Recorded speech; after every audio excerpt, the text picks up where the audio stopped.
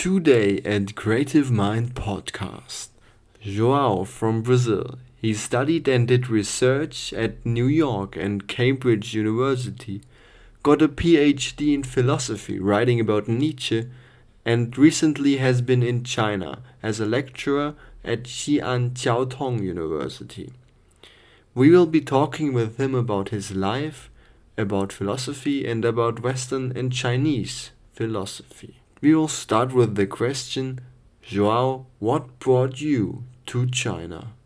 Wow, I am a guy in my 40s, so it's a long story. There was Yes, no yes. single factor that I basically was invited to work in China by a friend who happened to be teaching at the English department of Xi'an Jiaotong University. But Yeah. my story, of course, begins much earlier than that. So I was born in Brazil. I was born into this family of seven siblings. I'm the fifth child, and this constellation is not an irrelevant information for you really to understand my intellectual choices and interests in my mature life. Because I was the fifth child, I had access to a lot of uh, the school materials that my older siblings had already acquired and explored. So I had always more mature, uh, but not so mature people to follow, you know, because my parents they come from a low mid class upbringing and they didn't have much schooling, right? Mhm. So I basically relied on my older siblings in order to develop a sort of intellectual trajectory that was independent from the regular school life. So other than regular school, I had an early interest in the arts. I used to draw cartoons, roughly inspired by the American comic books like X-Men and Captain America. As someone who eventually became interested in Nietzsche, I was never interested in the Superman comic book, right?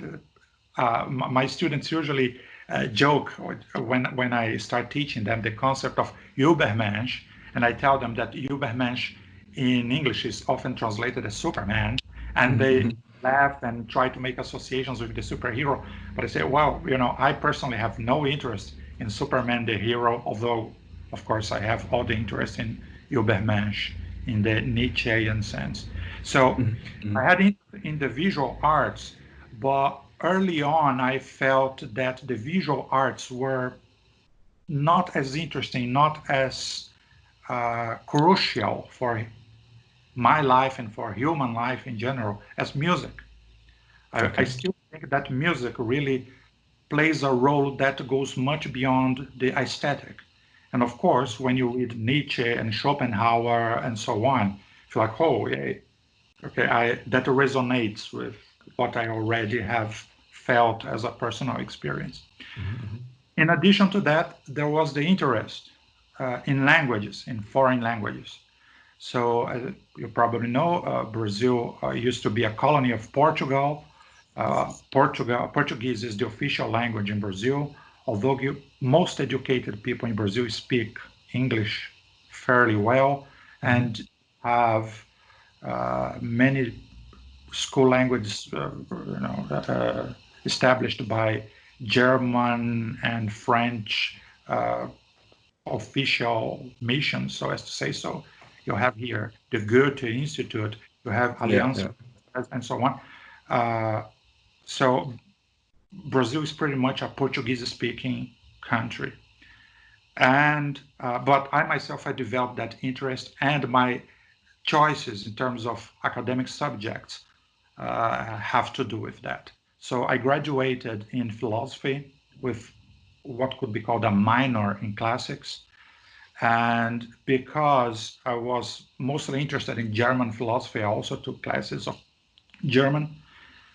To my greatest sense of frustration, I never managed to come around to studying in Germany, right? I Mhm. ended up, for several circumstances, going to the United Kingdom, specifically to Cambridge.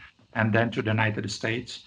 But I was always in touch with German academics. I had German friends during my stay in Britain and the United States. Eventually, China, joined my collection of interest in different nations and languages and so on, but it was by accident. So to answer your question, China was never in my radar, right? I remember that when I was selecting random readings for after my PhD, and I thought, I have written, and I spent nearly 5 years here studying death in Nietzsche. Now I would like to study other aspects of 19th century German thought.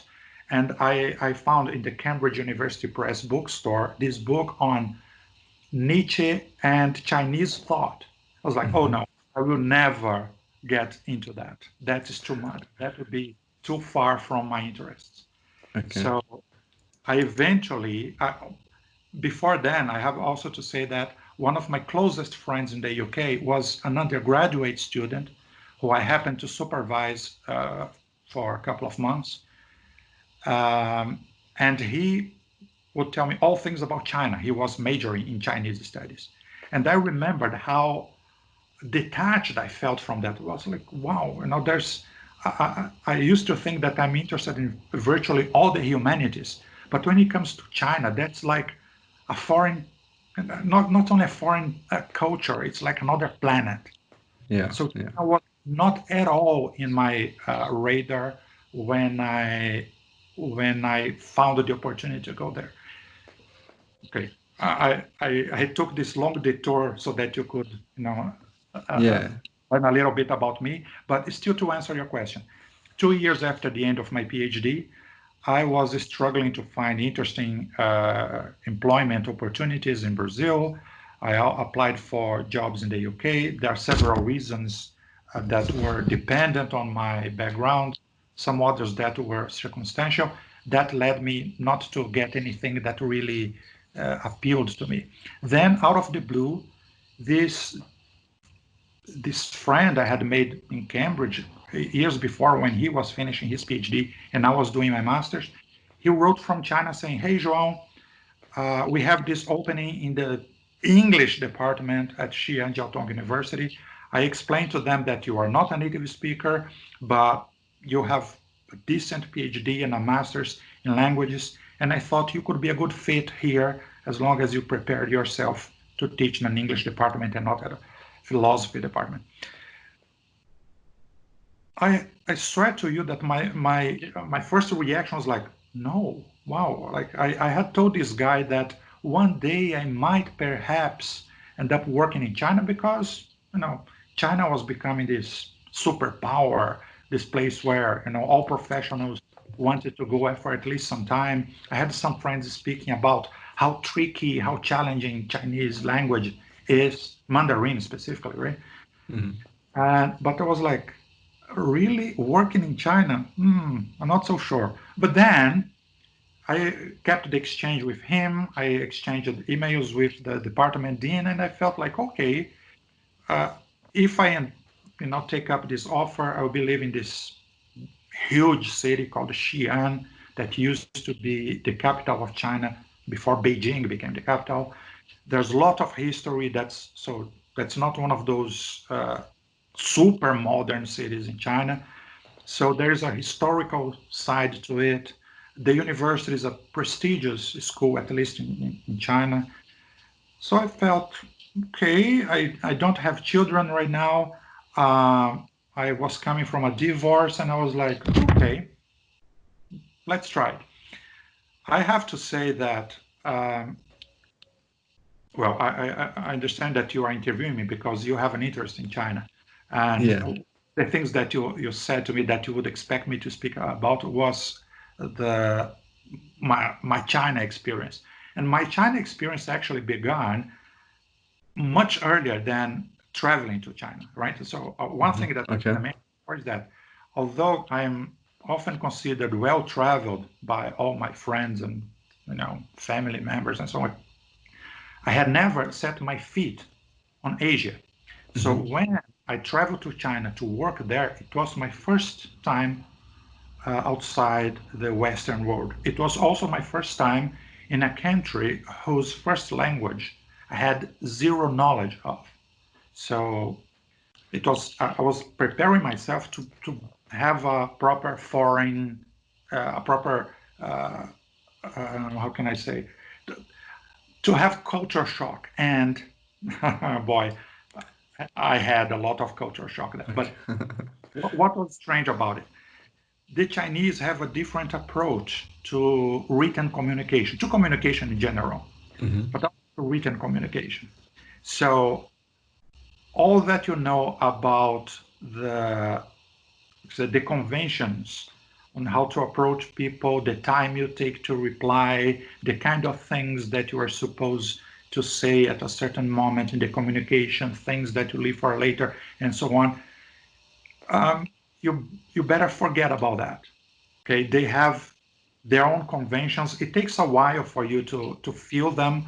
There were moments when I just felt that, hey, these guys are always leaving me in the dark. I think it was not a good idea to accept this position. I think that I will wait for more 2 days and then I will send them this polite email explaining that I cannot wait any longer. They have to be clearer about their requirements, what I should expect from my interview in the Chinese consulate in Sao Paulo, and so on.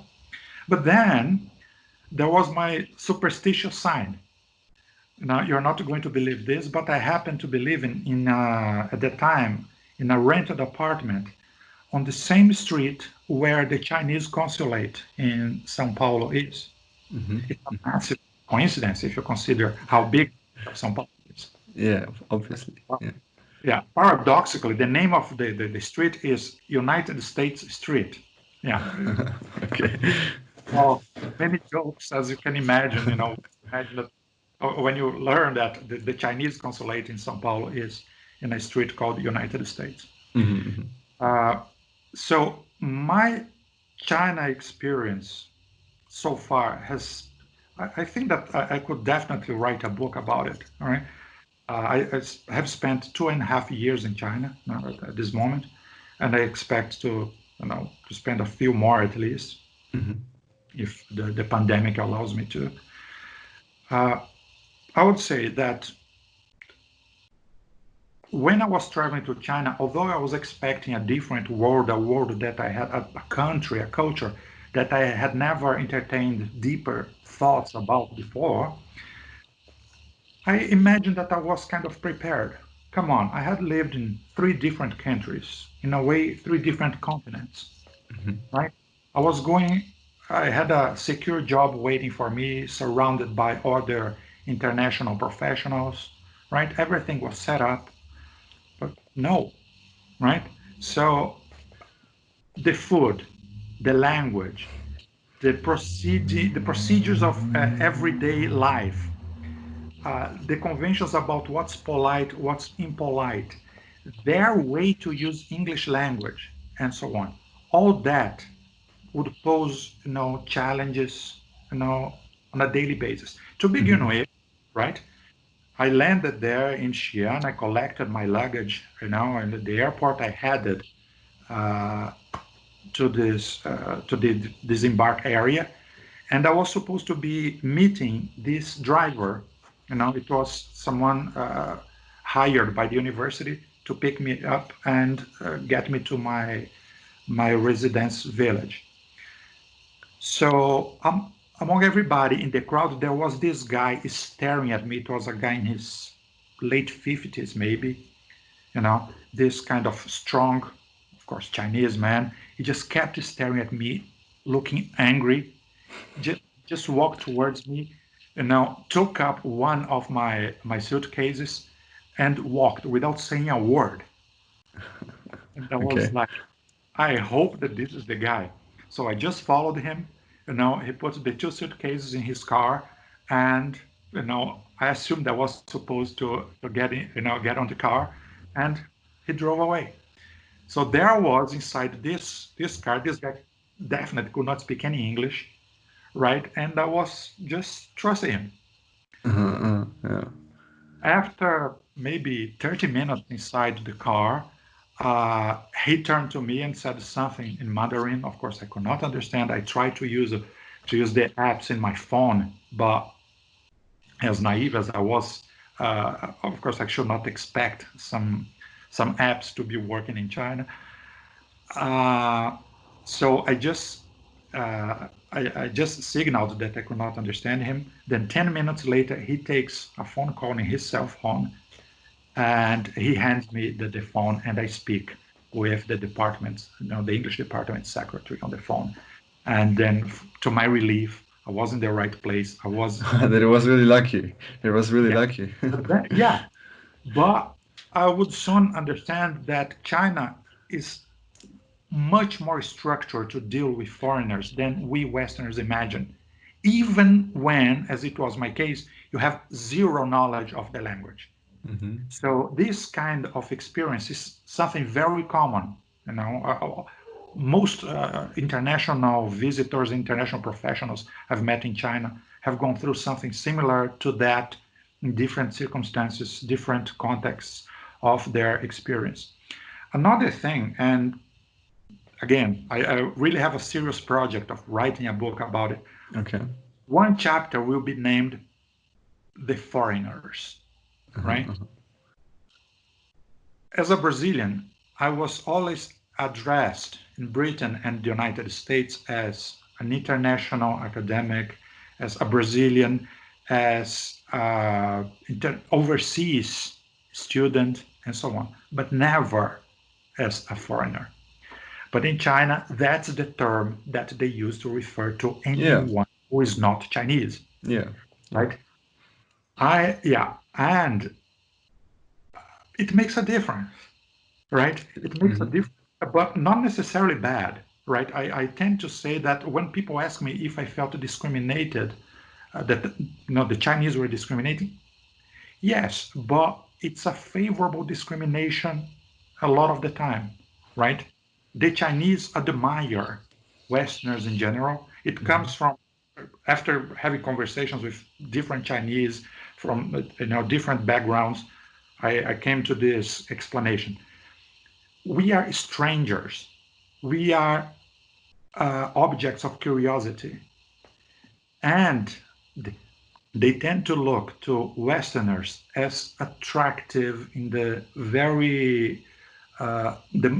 broadest sense of the word, right?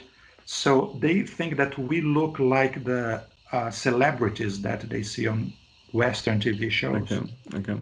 right? Uh, we are often taller than they are.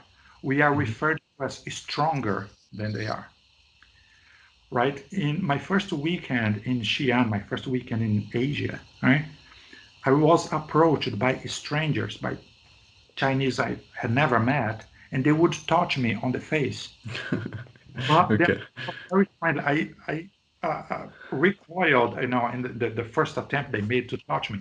But then there was this kid who came, who came close to me and said something like, "Can you speak with me?" In a very clear English. I was like, "Yes, it will be a pleasure," right? And then this child started to giggle and rushed back to parents, right? Then I started to understand that when I discussed this with other foreigners who were working in the English department at the time, they said to me, "Oh, be prepared. This happens all the time." So as Okay. time would go by, I would be approached by random people asking to take selfies with me, Hmm. Hmm. or I remember in my last weekend in what would pass for a disco in Xi'an, I was sitting at a uh, table in the bar area of the disco, speaking with a Brazilian friend, and then this Chinese couple, they were in their late 20s, quite well dressed and so on. And the guy looked at me and said, "I like you." It, and nothing more.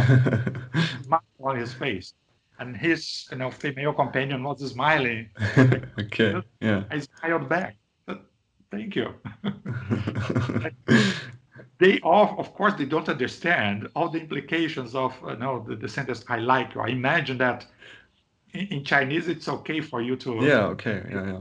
to, to a stranger. Anyway, so um, you that's something that took me a while to get used to be approached by strangers.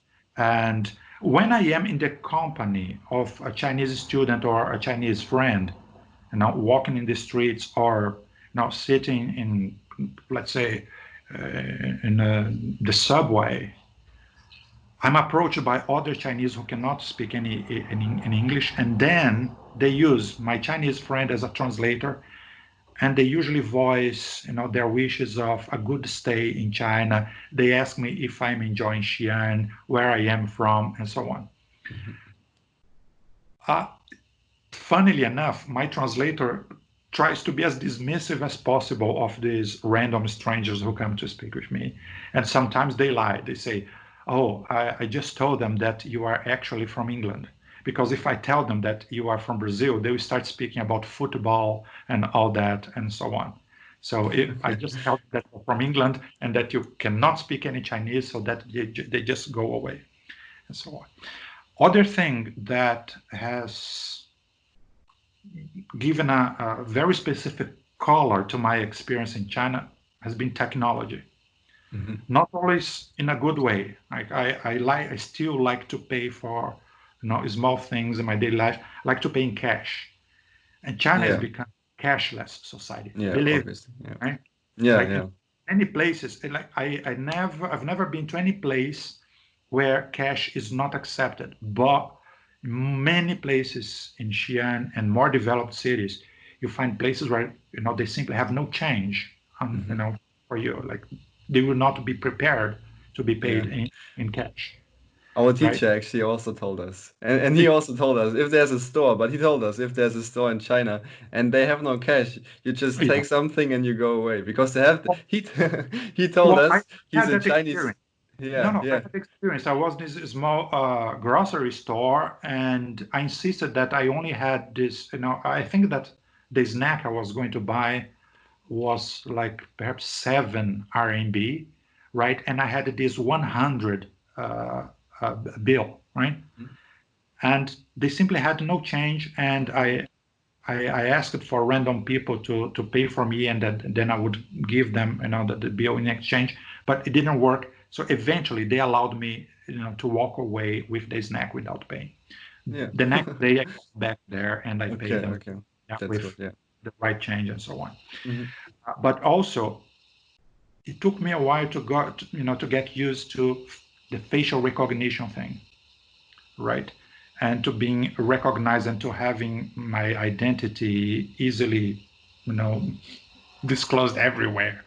Um, there's the international embark area in the airport in Xi'an. It's basically like this. You walk, by this massive wall, and you have monitors that get activated if you spend like 2 or 3 seconds in front of them, and then they said monitor recognize your face, and then it shows your name, your date of birth, the flight that you are getting, the direction that you would be going, please, sir, and so on, right?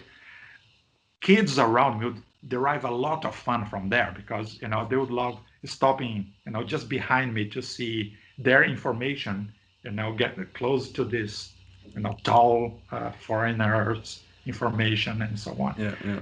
Uh, but there's part of me that's not totally used to that. Uh, One thing that I really appreciate is the high speed train. It's something that I had never experienced. It's something where I feel like, okay, Chinese government is really doing a good job Hmm. uh, with this, right? That's true. Yeah. I don't know how much money is spent on this. I don't know how employment policies are working in order to get this done. But the fact is that that thing is comfortable and so convenient. You basically can travel, from and to any major Chinese city using that, and Hmm. it's absolutely affordable if you are a teacher or if you just have a stable job, right? Hmm. Hmm. So the Yeah. high-speed train, something that I hope will be spreading and becoming even more available than it is now. In the city of Shanghai, I had the experience of this new thing, probably the newest technological thing in China in terms of transportation. That is the Maglev train. It still sounds like sci-fi stuff. It's a little bit disappointing because in the end, it's just a train that does not shake your body. It's like you just sit Ah, there okay, okay. and nearly as stable as this room, from where I'm speaking with you. Hmm. So, like it's nothing spectacular. It's just something that is extremely functional and fast, right? Hmm. But Yeah, that's yeah. right. Okay. Uh, so, and in addition to that, perhaps I'll be speaking as a philosopher right now, but I Yeah. also to qualify my Chinese experience as the experience of someone who lived in Xi'an. I had the experience of visiting several other big cities in China, not many small towns, right? But at least as far as big Chinese cities as are concerned, they are so different from each other, right? The Chinese would disagree. They say, "Oh, it's all the same." No, they are not the same, right? Yeah. Yeah, I Uh, think so too, yeah. unless you consider that, let's say, London and Paris are the same. In many respects, they are, but in the fundamental respects, they are not, right? Hmm. So a city like Shanghai and a city like Xi'an are incredibly different from each other. The presence of history, the presence of international professionals, you can see the pride that people living there have, that their sense of community. I don't know if you know this, but and the Chinese will think that I'm making a big fuss out of this question, but there is a language as Xianese, to the point that a few of my undergraduates from other provinces in China confessed to me that they had trouble whenever they had to step out of campus because they couldn't understand the local language. Hmm. So although it is officially Mandarin, right, uh, it has difference. Yeah. I was unable to say to I you, I know, yeah.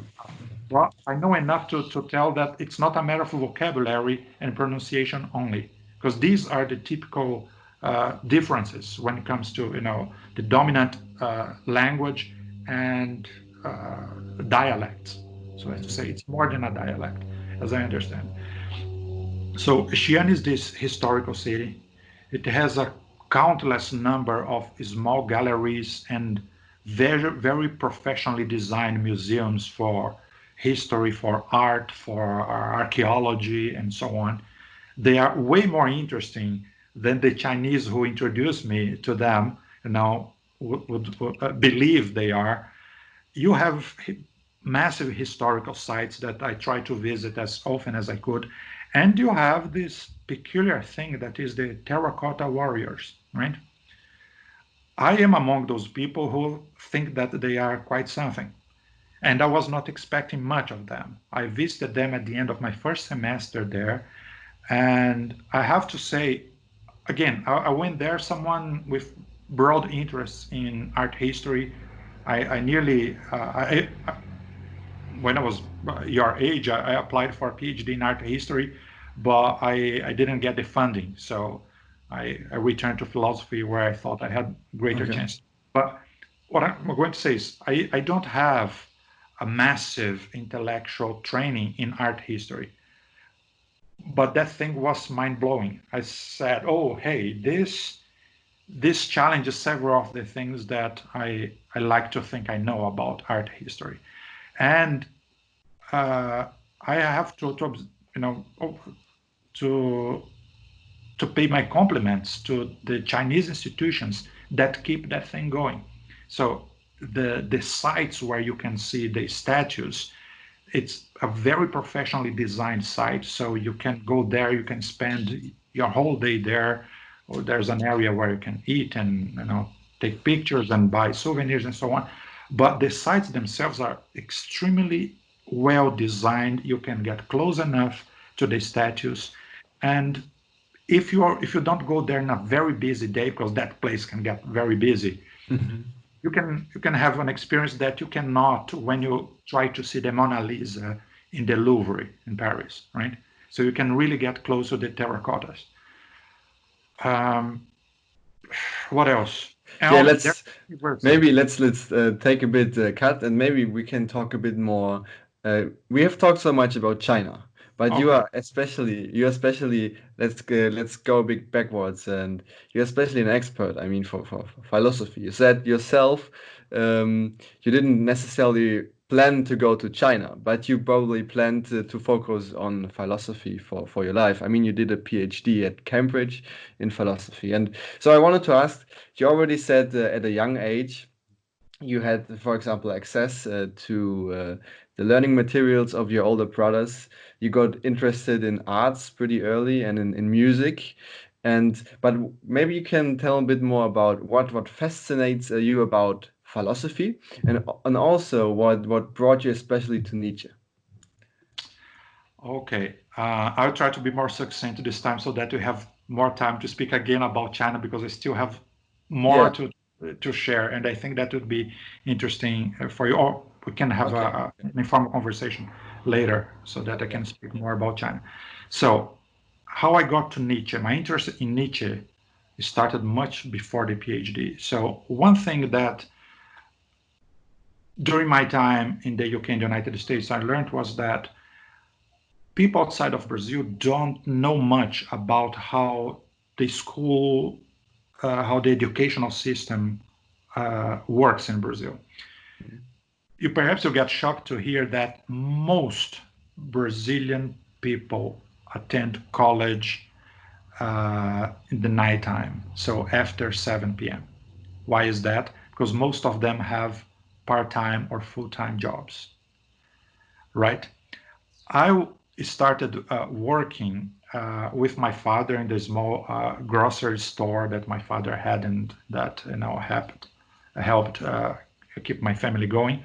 But I don't really consider that as a job because if I decided I could just skip as many days as I could just call sick, so as to say, whenever I wish, without serious consequence. I took up a job as an advertisement illustrator at the age of 16, right? When I was still in the second year of my high school. So I was attending high school classes in the nighttime, and during daytime I I had a full-time job. Okay. Hmm. And at that time, I felt, okay, I can make a career out of this. I think I'm good doing illustrations. At that time, computers were not so fancy. I'm pretty older than you, so you doing drawing for advertisement was basically a very manual thing, right? Hmm. And I felt like, okay, I have talent enough. I can make a career of this. I don't need a profession that's dependent on academic training. So I thought, okay, I don't need to go to the engineering school or to the medical school in order to have a profession. I already have a profession. Then I start to see high school as uh, a training, a formal training that, of course, I should have.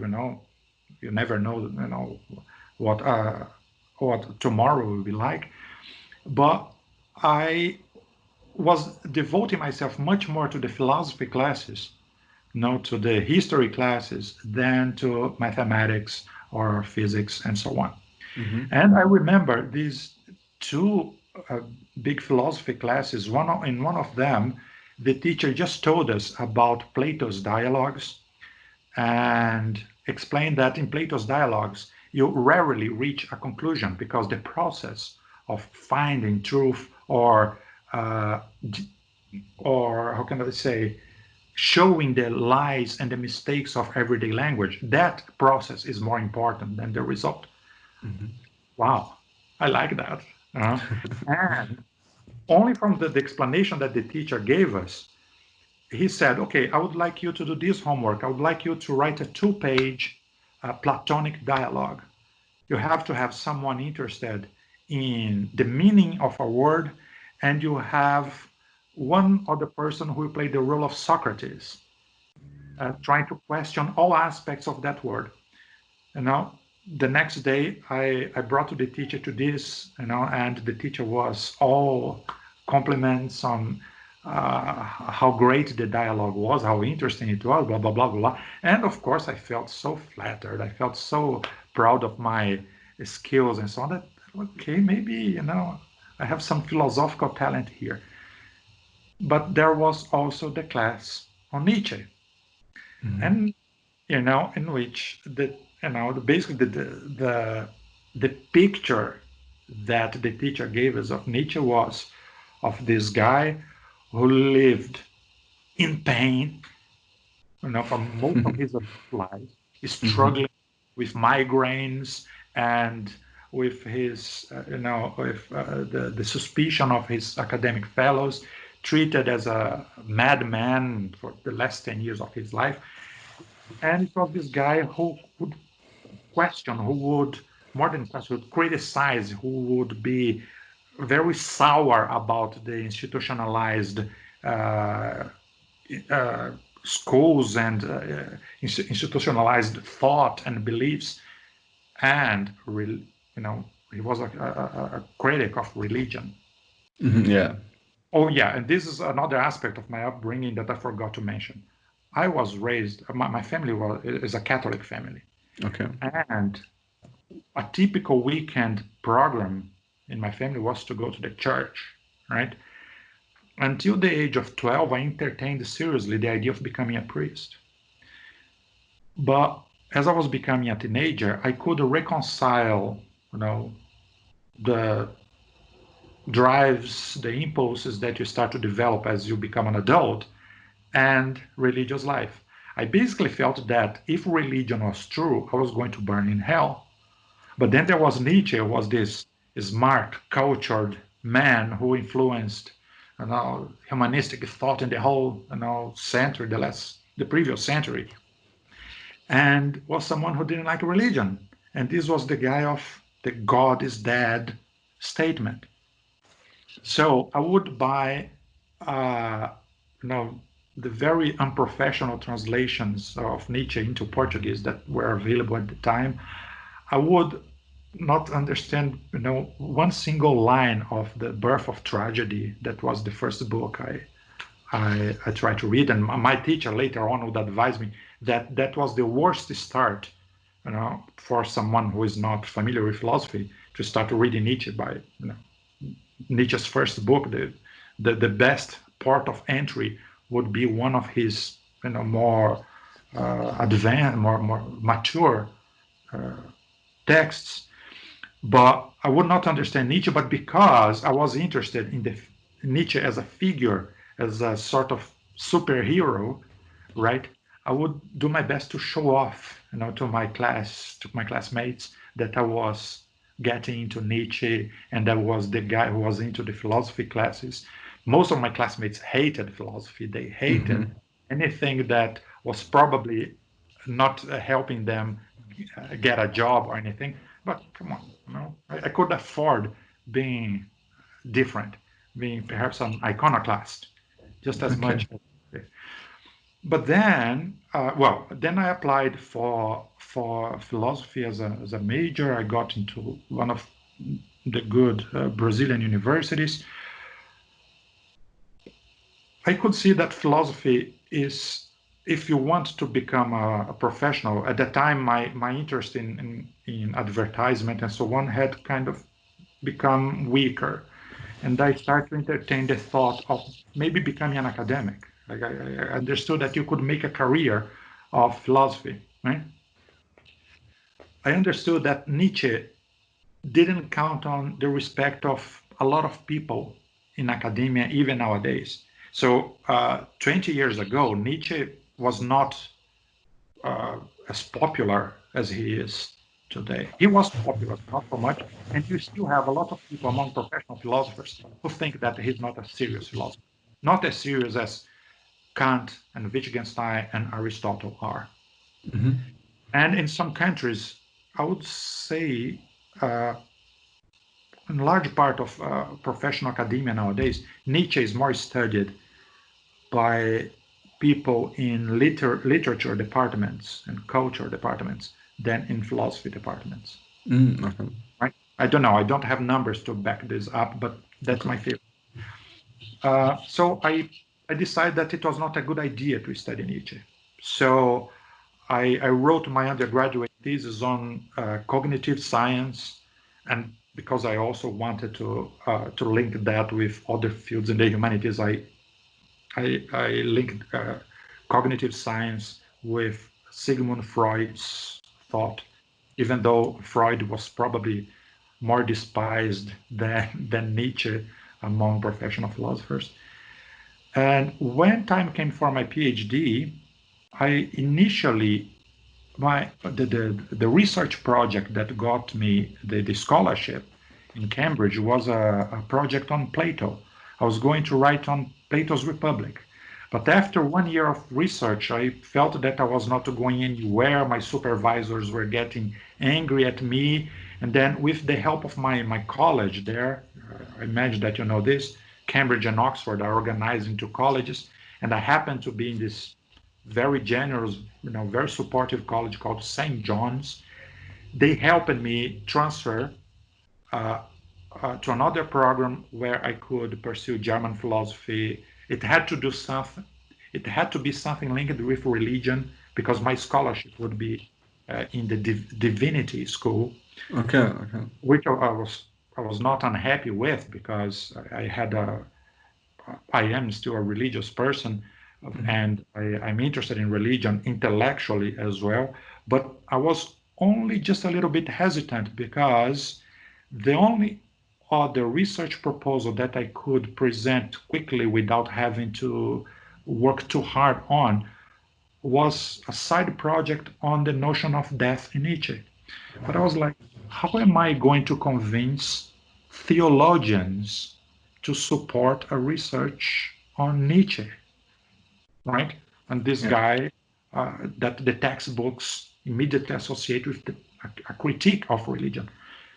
To my surprise, I was received with all the support I could expect, and I stayed there.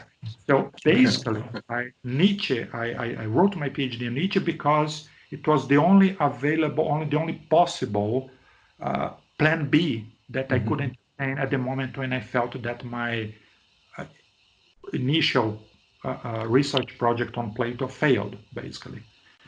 Right? That research eventually allowed me to get a scholarship to go to New York University, which has this big specialist in Nietzsche, someone who, this guy called John Richardson. He was my the person who guided me at NYU. In New York, I wrote the best bits of my PhD. Then on another day, I can tell you about my adventures in New York. And then I finished my PhD in Cambridge, uh, trying to already concerned with employment later and so on. So I tried to design the final chapters of my PhD to potential publications and so on. Right now, I'm designing a book out of that dissertation. Um, but that's pretty much Yeah. the Yeah. Okay. yeah. Okay. So maybe tell me a bit more about. We already have came to the conclusion that China is totally different, and probably also, especially regarding philosophy, right? Especially regarding philosophy. So maybe first you can maybe compare a bit Chinese and Western humanities in general, and also what maybe is it hard when probably you have some colleagues, Chinese colleagues from philosophy maybe. And when you Mhm. talk with them, maybe what is different in their perception of like humanities in general? Yeah, thank you. Well, I think that the answer to that is still heavily dependent on the fact that I am someone who arrived in China just 2 years ago. Yeah, Okay, yeah, yeah. means I had lots of expectations, lots of plans for my stay in China. They have changed. A few of them have disappeared altogether, and new projects have emerged. One of these plans was, okay, I'm going to one of the oldest civilizations in the world, and they have a rich philosophical life, right? So I go there, I'll take advantage of my stay there, and I will get in touch with professional philosophers, with people who know Chinese philosophy and all that. That's still a plan, but in these 2 years, I haven't moved much deep into, Okay. Okay. this plan. And there's a reason for that. First, there are at least two senses of philosophy in the Chinese mind and academia. Western philosophy is one thing, and that's what schools like the university in Xi'an, where I was working the last month, that's the way they see academic philosophy. Then you have Chinese philosophy, Confucius, Lao Tzu, and so on. These are thinkers that you are not supposed to see as academic thinkers, not in the sense that we in the Western world see Wittgenstein. They are people who are supposed to give you life guidance, Yeah. right? If Okay. you study, yeah, the close when people ask me what the Chinese people have instead of religion as we know it, I say that the closest to that is Chinese philosophy. They don't see their thinkers as uh, thinkers of a system that you can study regardless of your beliefs. If you study Confucius, it means that you endorse his views, and more than that, you are taking advantage of your knowledge for your life. In the same way that it makes no sense for you to study engineering unless you work with it. Okay. Yeah. Does it Yeah. make sense? So it makes no sense for you to study engineering only for intellectual curiosity. No, Obviously. Yeah. Okay. right? The same way, you can only study Confucius if you really want To to implement it. yes, to make a difference in the way that your family is organized, in the way that you are going to advise your children, you make life choices, and so on. Okay. Uh, also, but this also means that you are not supposed to take definitive lessons from, Confucianism or from any other thinker, so as to say. You are supposed to have a humble attitude to them, but there's no such a thing as disagreeing from that. And there's no agreement either. It's just like immersing yourself in a worldview. You understand that that's not something that other people follow, but in that sense, it's nearly like a kind of aesthetic choice. And then you see some resonation with Nietzsche. Like art and philosophical thought are not incompatible. Actually, the difference, the frontier between philosophy and art is not so clear, right? Yeah. So, as I understand in Chinese thought in general, that is also true.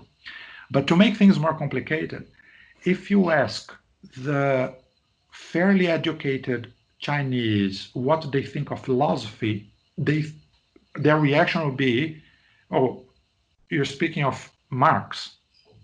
So philosophy for the average educated Chinese means Karl Marx. Okay. Okay. So that's the system of ideas that is behind their idealized or not their version, the political system that they adopted as a version of European Marxism, so as to say. So there are all these things to take into account, and I don't mean to explain or to justify my poor time management skills, because I should really have started studying Chinese philosophy with a group. I should have put more effort into that. But the Chinese don't see the point of our curiosity in their culture. at least I would say that 100% of the Chinese friends that I have, they try to discourage me from studying more than their language. They say, Mm-hmm. "Oh, you learn the language here so that you don't need a translator. You don't need, the Google Translate device when you go to order things in the supermarket, blah blah." But why are you interested in Confucius? So in the Chinese really, one of the things that I explain when I'm teaching them Western civilization is that there's a way to perceive culture and a genuine interest in culture on the part of Westerners that is completely foreign, is completely odd to the average Chinese mind. Mm-hmm. So they will not feel much excitement in trying to teach or to share with you whatever is that Chinese philosophy is about. They are, my guess right now is that they feel a little bit invaded. That why are you trying to get into our little world here? It's as if you were trying to check, you know, their underwear, so as to say something too personal. Mm-hmm. So that may be Xi'an, that may be just that my contact with the Chinese has been limited, but that's the personal barrier that I have found so far. Okay, okay. Okay, and I would like to say that from anthropological point, nearly as interesting as Chinese philosophy itself. And I really think that that challenged me in many ways that I was certainly not expecting. If you, as a young German educated man, comes to Brazil, Brazilians would feel flattered that you want to get to know more about our music, our literature, and so on. The Chinese definitely don't have that, and they show their puzzlement whenever you want to get too much inside their history. That has nothing to do with any kind of question of censorship or any kind of fear of committing themselves to sensitive ideas or anything. No, it's something absolutely personal, right? Mm-hmm. But Okay, then okay. says enough, at least, about the sociological aspect of Chinese philosophy, and it's something that makes me respect them even more, because when you start studying Confucianism, you know that this is something that's really making a difference in, I don't know, maybe at least 1 billion people's lives. Yeah, yeah. Okay. That's exciting in itself, right? Okay, okay. So you have earlier talked about that you are writing a book at the moment. Can you maybe explain a bit more about that? Well, it's not much more than what my PhD is. Of course, I'm trying to uh, add, the developments I like to think that I have uh, reached and done in the years after the end of my PhD. But that's pretty much the notion that death is an idea that is present behind, or maybe implicitly, more explicitly, behind Nietzsche's major ideas. So if you think of that Nietzsche is the thinker of eternal recurrence, the distinction between Apollonian and Dionysian drives, is the thinker of Zarathustra, the death of God. I'd say that human death, not the death of God, human death underlies all these concerns. And come on, Nietzsche is often associated in philosophy textbooks with existentialism. The core concept, or at least one of the core concepts in existentialism, is death.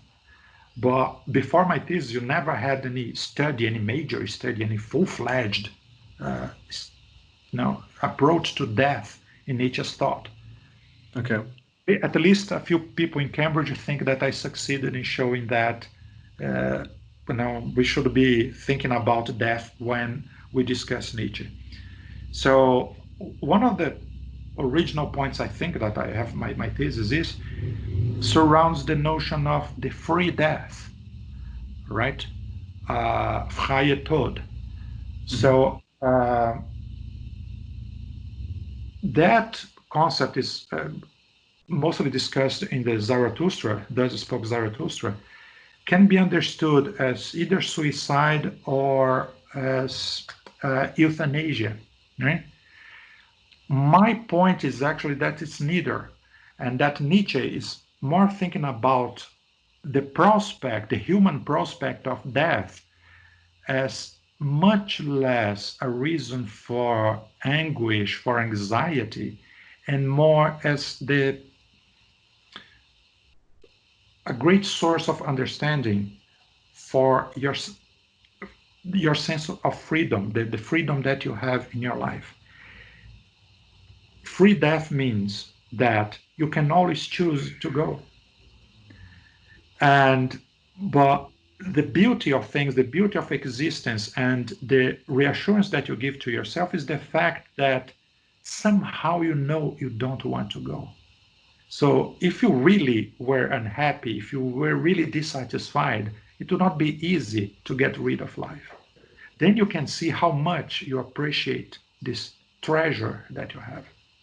Then pursue it and Mhm. make death come to you in the least willing way. So that's the direction that I took in my one of the chapters in my thesis. Yeah. So this is and again this is probably the easiest point in which I think that the easiest points to show that death is present in one of the key concepts of Nietzsche's thought. Okay, okay. So that's also what you think is special about Nietzsche. Well, of course, I think that Nietzsche keeps being studied because he was influential, Hmm. right? Of course, he was misread uh, Okay. Yeah. quite often, and he was used by Nazis in order to Yes, yes. justify their worldview.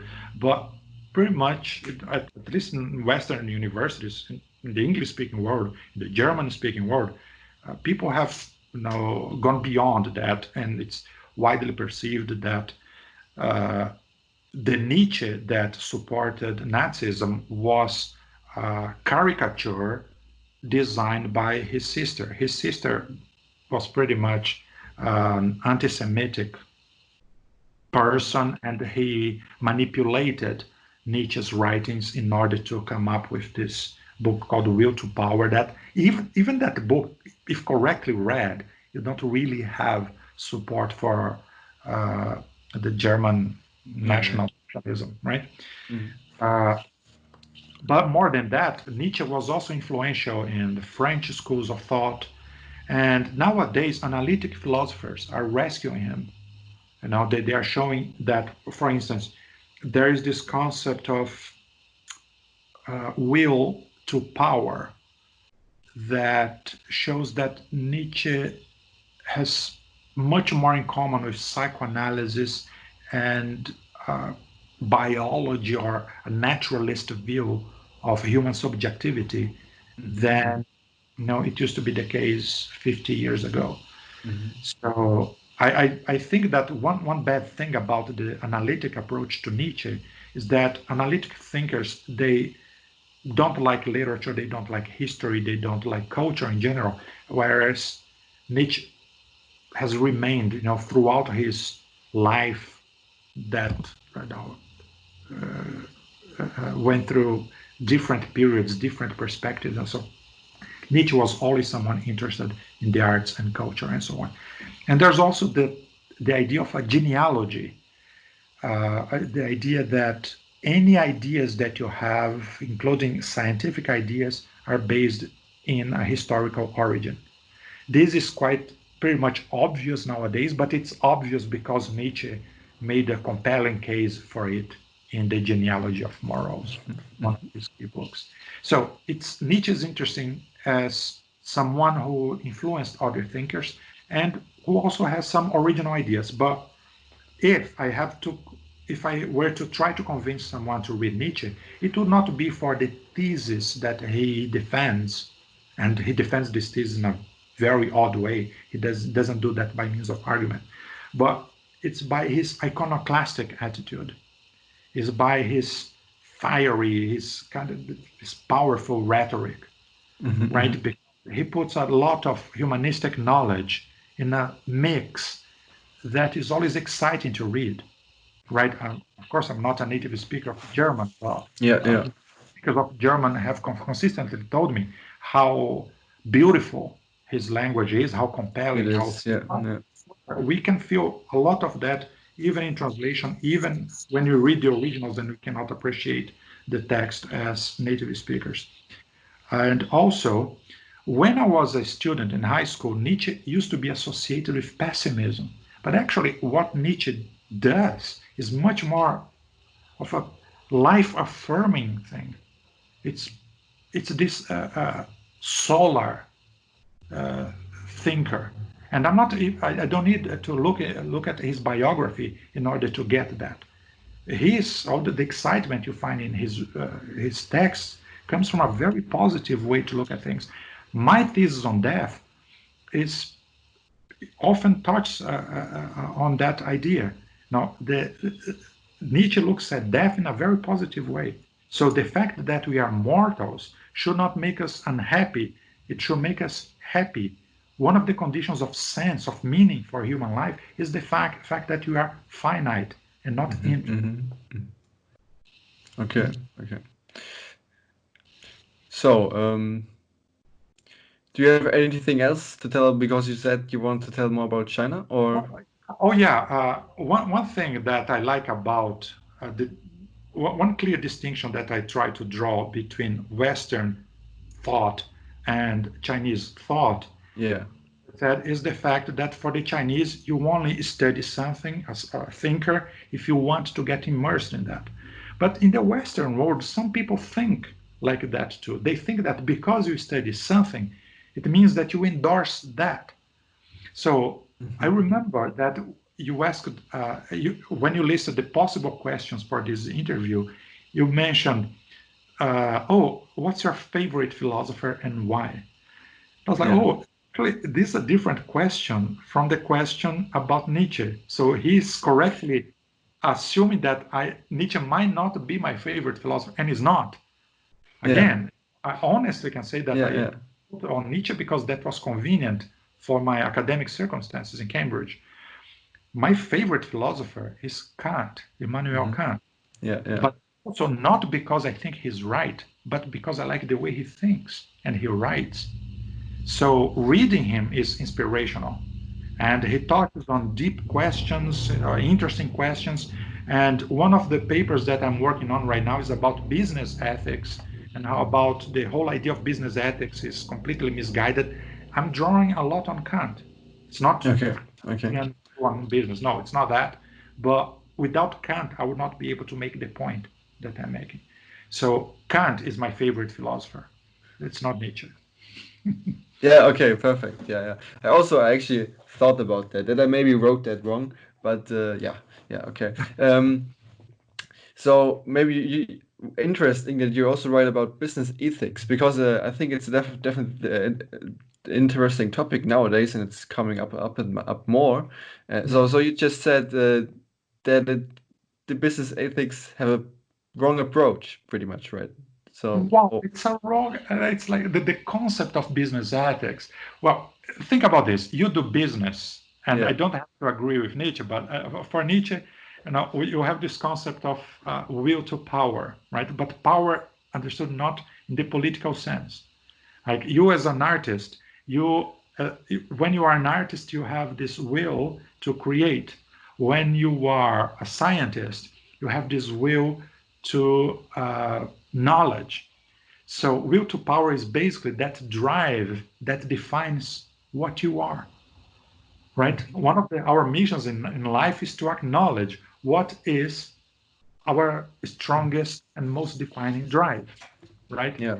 Hmm, So hmm. the drive for the businessman is to make And profit, money. Yeah, right? okay. Well, it's not even make money; it's to make profit, right? Which is broader idea. Anyway, but if you are ethical, it means that you are acting not on the results of that, not because that's the thing that gives you advantage.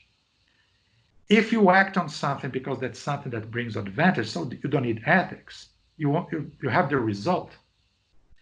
Acting on ethical principles means that you are prepared for your results not to be interesting at all. So it can be taking a course of action that actually will bring you financial losses. So when I see many business ethics writers discussing what's the best way to make ethics profitable, then you break the sense of ethics, the concept of ethics altogether. So we are not no longer speaking about ethics. We are basically speaking about making profit in a way that other people might think that you are actually doing that for principles, for ethics, and not for the profit. So can you understand? So if you really understand, if you really follow the meaning of the concept of ethics thoroughly, you will see that ethics and business don't go together well. Thanks for listening to Creative Mind Podcast. Don't forget to like and subscribe. You can find my website down below. See you for the next episode.